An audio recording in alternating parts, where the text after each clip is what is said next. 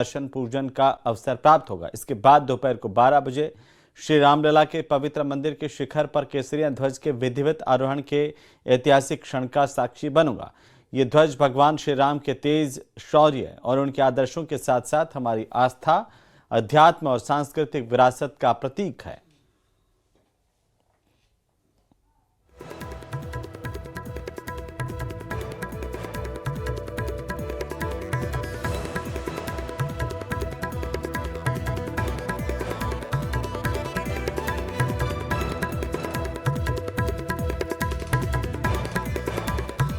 तो एक तरफ अयोध्या में रामकाज के संपूर्ण होने का उत्साह है, राम शिखर से अयोध्या के सनातन संदेश का उत्सव है, तो दूसरी तरफ समाजवादी पार्टी लगातार तंज कस रही है। रिपोर्ट देखिए।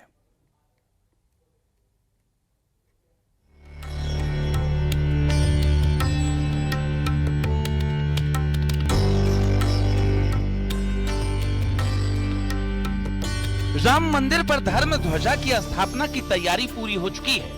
सीएम योगी ने अयोध्या पहुंचकर खुद तैयारियों को परखा।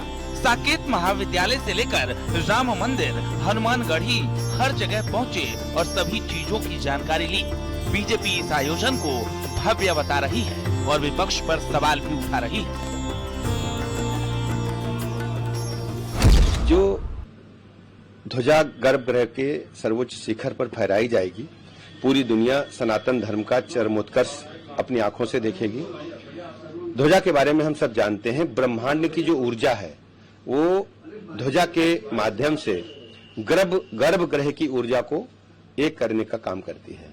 अद्भुत नजारा ये पूरी दुनिया अपनी आंखों से कल देखेगी। समाजवादी पार्टी तो रामद्रोही पार्टी है और श्री रामलला के जन्मभूमि पर जो भव्य मंदिर बना है, जहां धर्म ध्वजा फहराने का कार्यक्रम कल संपन्न होगा माननीय प्रधानमंत्री जी के द्वारा, और 500 साल पहले एक विदेशी आक्रमणकारी ने रामलला के मंदिर को तोड़ करके एक ढांचा खड़ा किया था। पूरा देश गौरवान्वित है क्योंकि श्री राम मंदिर केवल श्री राम मंदिर नहीं, वो राष्ट्र मंदिर भी है क्योंकि राष्ट्रीय एकता का प्रतीक है। एक तरफ अयोध्या में रामकाज के संपूर्ण होने का उत्साह है, राम शिखर से अयोध्या के सनातन संदेश का उत्सव है, तो दूसरी तरफ समाजवादी पार्टी लगातार तंज कस रही है। अब जो ध्वज फैल रहा है मंदिर के ऊपर, उसका उद्घाटन किसी शंकराचार्य या किसी धार्मिक गुरु से कराना चाहिए।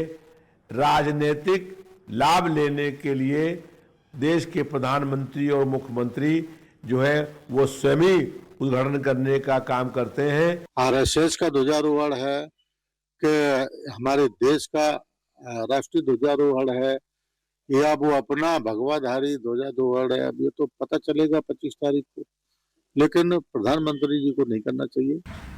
माननीय प्रधानमंत्री जी ने 22 जनवरी 24 को प्राण प्रतिष्ठा किया था, जबकि मंदिर पूरी तरह से मन के तैयार नहीं हुआ था। जिनको उजाड़ा गया है उनको बसाया जाएगा। वहीं समाजवादी पार्टी के सांसद जियाउर रहमान बर्क का कहना है कि भारत लोकतांत्रिक देश है, धार्मिक देश नहीं, लेकिन मुस्लिम धर्मगुरु इसे ऐतिहासिक पल बता रहे हैं। देश लोकतांत्रिक है, संवैधानिक है और यहाँ पर धार्मिक देश नहीं है। इसलिए हमारे देश के प्रधानमंत्री हो या माननीय प्रधानमंत्री हो, माननीय राष्ट्रपति हो या किसी भी प्रदेश के मुख्यमंत्री हो, तो हम उम्मीद करते हैं कि वो लोग सभी धर्म के लोगों को साथ लेकर के उनकी बात करें, ना कि धर्म विशेष की बात करें। मोदी जी प्रधानमंत्री हैं, उनको ज्यादा हक बनता है कि वो राम मंदिर पर झंडा लहराएं। समाजवादी पार्टी के लोगों का ये कहना कि प्रधानमंत्री झंडा नहीं लहरा सकते, धर्मगुरु झंडा लहराएं, तो ये सिर्फ और सिर्फ विरोध वाली बात है, विरोध की राजनीति की बात है। फिलहाल राम मंदिर पर धर्म ध्वजा स्थापना की तैयारी पूरी हो चुकी है। अब इंतजार है जब पीएम मोदी आएंगे और ध्वजा लहराएंगे। Bureau report, news 18। तो एसआईआर को लेकर राहुल गांधी ने एक बार फिर से सरकार चुनाव आयोग पर निशाना साधा। उन्होंने कहा कि 3 हफ्तों में 16 बीएलओ की जान चली गई, ये सुधार नहीं, थोपा गया जुल्म है। वहीं विपक्ष के एक और सांसद ने अधिकारियों को धमकी दी कि उनका कहना है कि अगर एक भी वोट कटा तो अधिकारी कोर्ट में काम नहीं कर पाएंगे। रिपोर्ट देखिए।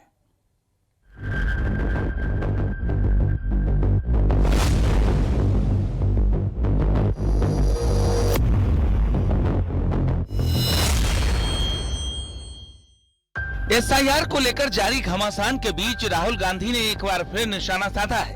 सोशल मीडिया पर पोस्ट कर राहुल गांधी ने कहा कि एसआईआर के नाम पर देश भर में अफरा तफरी मचा रखी है। नतीजा 3 हफ्तों में 16 बीएलओ की जान चली गई। हार्ट अटैक, तनाव, आत्महत्या, एसआईआर कोई सुधार नहीं, थोपा गया जुल्म है। राहुल गांधी के इस बयान पर बीजेपी ने निशाना साधा है। कांग्रेस इसीलिए गर्त में जा रही है और जो ये कभी कहते थे कि हम परमाणु बम फोड़ेंगे, कभी कहते थे इलेक्ट्रॉनिक बम फोड़ेंगे। भाई किसी का नाम अगर 3 जगह है, 2 जगह है, कटना चाहिए कि नहीं कटना चाहिए? पहले ऐसी व्यवस्था नहीं थी, अब व्यवस्था हो रही है और ये बात जनता समझ रही है, नहीं समझ रहे हैं। मिथ्या प्रचार की अनंत सीमाओं को पार कर चुके हैं सब लोग। जनता जान गई है कि ये झूठ बोलने वालों का एक समूह बन चुका है विपक्ष, और इसको बार बार पराजित करके वो दंड दे रही है। इधर समाजवादी पार्टी के सांसद राजीव राय ने एसआईआर को लेकर बड़ा बयान दिया है। उन्होंने कहा कि मेरे लोकसभा क्षेत्र में एक भी वोटर का नाम कटा तो कोई भी अधिकारी कोर्ट में बैठकर काम नहीं कर पाएगा। एक भी वोटर का नाम कटना नहीं चाहिए और अगर मेरे रहते अगर मेरे लोकसभा में एक भी मतदाता के साथ अन्याय होगा तो जो समाजवादी आंदोलन के लिए जाने जाते हैं वो आंदोलन की शुरुआत इस क्रांतिकारी धरती से होगी। अगर हमारा वोटर का नाम कटा तो ये भी लोग कोई भी बैठकर और कोई काम नहीं कर पाएंगे। बीजेपी का कहना है कि चुनाव आयोग एसआईआर चलाकर पवित्र महायज्ञ कर रहा है।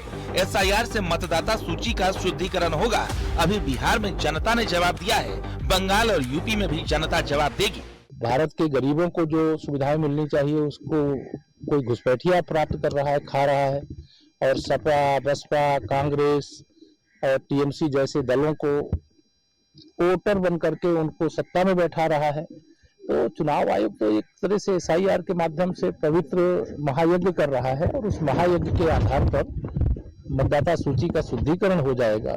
फिलहाल एसआईआर को लेकर जहां चुनाव आयोग पूरी तरह से काम में जुटा है, वहीं इस पर राजनीति और तेज होती जा रही है। Bureau report, news 18।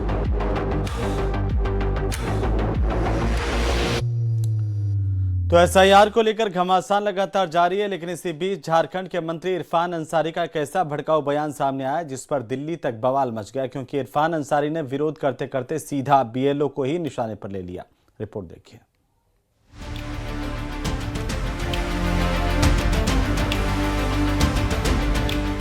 झारखंड के मंत्री के इस बयान ने बवाल मचा दिया है। सियासी अखाड़े में तलवारें खिंच गई हैं। वैसे ही देश के कई राज्यों में चल रही एसआईआर की प्रक्रिया पर उथल-पुथल मची हुई है और इस बीच झारखंड के मंत्री इरफान अंसारी ने झारखंड के जामताड़ा में एक कार्यक्रम में कुछ ऐसा बोल दिया जिससे हलचल मच गई, क्योंकि उन्होंने एसआईआर के तहत मतदाता सूची को अपडेट करने में जुटे बीएलओ के लिए भड़काऊ बयान दे डाला।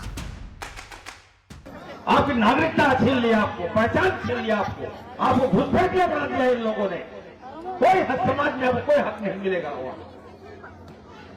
और अब बंगाल में एसआईआर लागू कर रहा है और उसके बाद झारखंड में करेगा। मैं आप सबको कहना चाहता हूं, एकदम अगर कोई नाम आपका काटने के लिए आए, अगर कोई आपका नाम अगर पूछने के लिए आए, वैसे पदाधिकारी को एकदम गेट पे बंद कर दीजिएगा, ताला मार दीजिएगा, मैं खोलूंगा।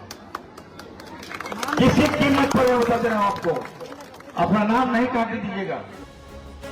इरफान अंसारी ने जैसे ही ये बयान दिया, विरोधी सक्रिय हो गए, उनके खिलाफ एक्शन की मांग होने लगी। इरफान अंसारी को तो खुद बंद कर देना चाहिए। एक संवैधानिक पद पे रह करके इस ढंग की बात बोलते हैं। वहां की सरकार को तुरंत मुकदमा करके इनको बंद कर देना चाहिए।